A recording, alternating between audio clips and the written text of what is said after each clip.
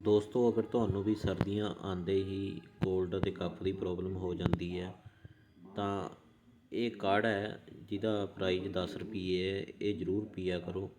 ਇਹਨੂੰ ਤੁਸੀਂ ਦਿਨ 'ਚ 2 ਜਾਂ 3 ਵਾਰੀ ਪੀ ਸਕਦੇ ਹੋ ਗਰਮ ਪਾਣੀ ਦੇ ਵਿੱਚ ਪਾ ਕੇ, ਜਾਂ ਤੁਸੀਂ ਇਹਨੂੰ ਚਾਹ ਅਗਰ ਪੀਂਦੇ ਹੋ ਤਾਂ ਉਹ 'ਚ ਵੀ ਪਾ ਸਕਦੇ ਹੋ। ਇਹ ਬਹੁਤ ਜ਼ਿਆਦਾ ਆਰਾਮ ਦਿੰਦਾ। ਜਿਹਦੀ ਆਵਾਜ਼ ਨਹੀਂ ਨਿਕਲਦੀ ਹੁੰਦੀ ਨਾ ਕਫ ਨਾਲ, ਇਹ ਥੋੜ੍ਹਾ ਰਿਲੈਕਸ ਫੀਲ ਕਰਵਾ ਦਿੰਦਾ। ਇੱਕ ਵਾਰੀ ਟਰਾਈ ਜ਼ਰੂਰ ਕਰਿਓ। ਡਾਬਰ ਕੰਪਨੀ